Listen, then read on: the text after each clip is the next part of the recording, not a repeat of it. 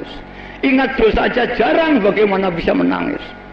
Dikatakan orang yang iman kepada Allah, jika dibacakan ayat Allah yang mengancam, dia gemetar dan menangis. Hanya iblis kalau dibacakan Al-Qur'annya tertawa-tertawain. Mari para bapak ibu, mari kita coba. Apakah kita bisa menangis atau tidak? Mari kita ingat dosa-dosa kita, dosa keluarga kita, dosa keluarga bapak-bapak kita, ibu kita, dosa para pejabat mulai Pak RT, Pak Bebon, Pak Camat, Pak Bupati, Pak Gubernur sampai Presiden. Mari kita mohonkan ampun. Bahkan dosanya seluruh bangsa di dunia kita mintakan ampun. Kita mohonkan bertauhid hidayah kita, keluarga kita, semua bangsa-bangsa ini bertauhid hidayah sehingga mereka sudah rukun dan rukun. Terutama kita menagih dosa kita yang sangat banyak. Kita bayangkan bapak ibu sama di kuburan disiksa malaikat sana. Di sini kita makan kenyang, pakaian bagus. Lihatlah ibu sampean, lihatlah bapak sampean digodong malaikat di kuburannya berantakan. Sementara kita menikmati hartanya, kita mau menghabiskan hartanya, tapi dia diam bahwa kita digodong malaikat. Mari kita doakan mudah-mudahan diampuni dosanya oleh Allah Ta'ala, diterima amal-amalnya, dan dibersamakan dengan kita dengan Rasulullah SAW fi daril akhirah. Al-Fatihah. Mari orang hadirin, baik yang hadir di sini maupun luar, jangan ada yang tidak merasa punya dosa. Dan sebaik-baiknya orang yang punya dosa adalah menangis dan minta maaf. Jangan asing dengan menangis, karena tangis itu bagian daripada kelunaan hati dan mata. Arba'u khisalin min alamati ala syaqawah. 4 perkara tandanya orang yang akan cilaka nanti diambil akhirah. 1, qaswatul qalbi, orang yang hatinya keras, tidak mau teringat dosanya, tidak mau merasa dosa. Dia baru maksiat saja tidak mau merasa dosa. Orang hatinya keras, hanya merasa benar saja keras. Wajumudul aini, orang yang matanya keras, sulit untuk mencucurkan air mata, padahal dia banyak melakukan dosa. Kalau sudah matanya keras, hatinya keras, dia hubbud dunya, yang dicarinya dunia saja bukan akhirat. Dicari harta bukan karena Allah, salat pun tidak karena Allah, hanya karena ingin najati minan nar, selamat dari siksa neraka. Kalau ini sudah hubudunya, siang malam yang diangan-angan harta, hilang saiki, susah setengah mati. Apa tanggane marat, orang butuh ngegai, tidak boleh. Mari, itu hubudunya. Kalau sudah begitu orang hanya melamun, ingin kaya, tidak mau kerja. Ingin pandai, tidak mau sekolah. Ingin negara makmur, tidak mau berjuang untuk negaranya. Diajak bangun pemerintahnya, malas. Ini tanda orang yang akan cilaka, besok di akhirat tidak akan mendapat kebahagiaan, kata Rasulullah Sallallahu Alaihi Wasallam. Tapi barang siapa yang mau merasa dosa, mau memperbaiki ya masyarakat yang belum kenal, mari kita ajak kembali pada Allah. Karena apa yang kita amalkan ini menjadi haknya mereka. Kalau kita sampaikan, kita dosa.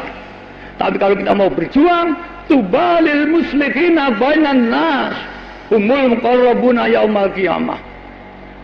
Alangkah bejo kemayangan, kata orang Jawa, bejo yang tidak terhingga, orang yang muslimina bainan nas, yang mau berjuang untuk umat dan masyarakat di bidang ekonomi, di bidang pendidikan, di bidang negara, terutama di bidang iman. Orang ini akan bahagia karena besok oleh Allah akan dikumpulkan bersama para muqarrabun fi daril akhirah. Siapa muqarrabun itu? Orang-orang yang dekat kepada Allah, orang yang mendekat kepada Allah.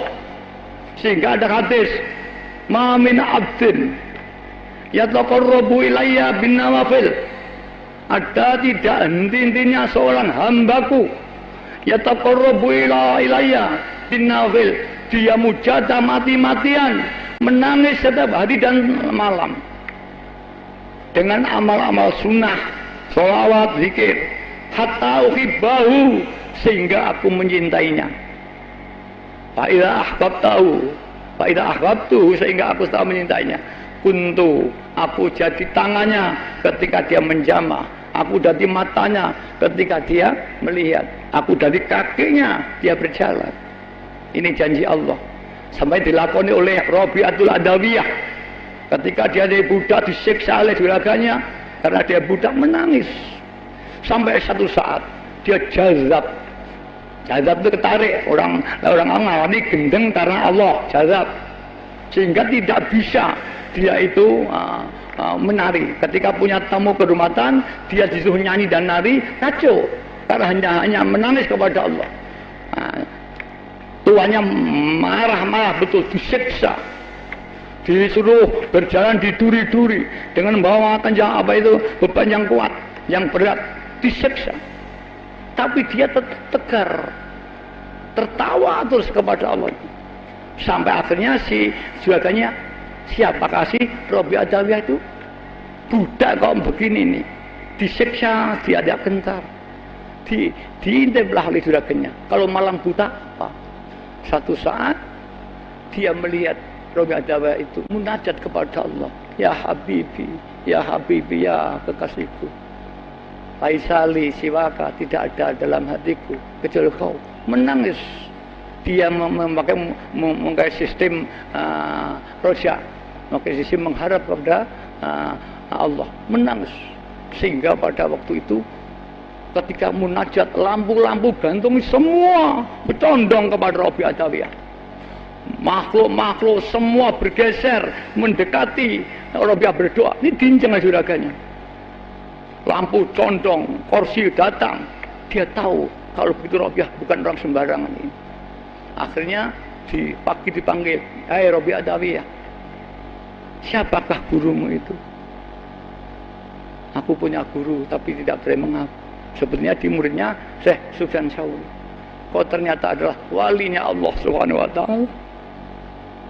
Aku minta maaf. Aku hanya menganggap kamu seorang budak wanita. Ternyata kau lebih mulia daripada aku, saudara. Sekarang aku menghormat pada kamu.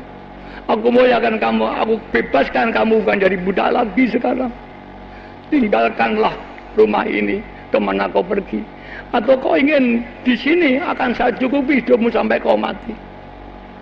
Kalau dia menjawab, aku pilih meninggalkan saja. Kehormatan ini semua tidak ada artinya. Aku kehormatan yang tertinggi, aku berjumpa dengan kekasih. Sampai akhirnya dia bertapa dua di suatu gua yang besar dengan murid-muridnya. Inggris ketekan lawan yang luar biasa. Seperti tahun 46, kemudian ada Belanda, Hasyim Asy'ari bikin fatwa, ya, resolusi melawan Belanda sama. Bergeraklah 10 November di Surabaya. Rabi Adawiyah fatwa. An-nadhawa Hizbul Waton minal iman. Cinta tanah air adalah iman.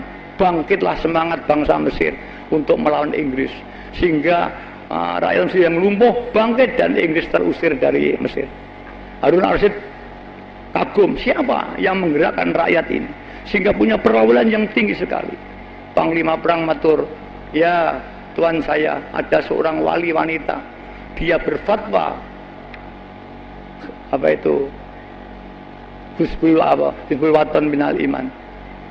Siapa itu? Rabi Adawiyah.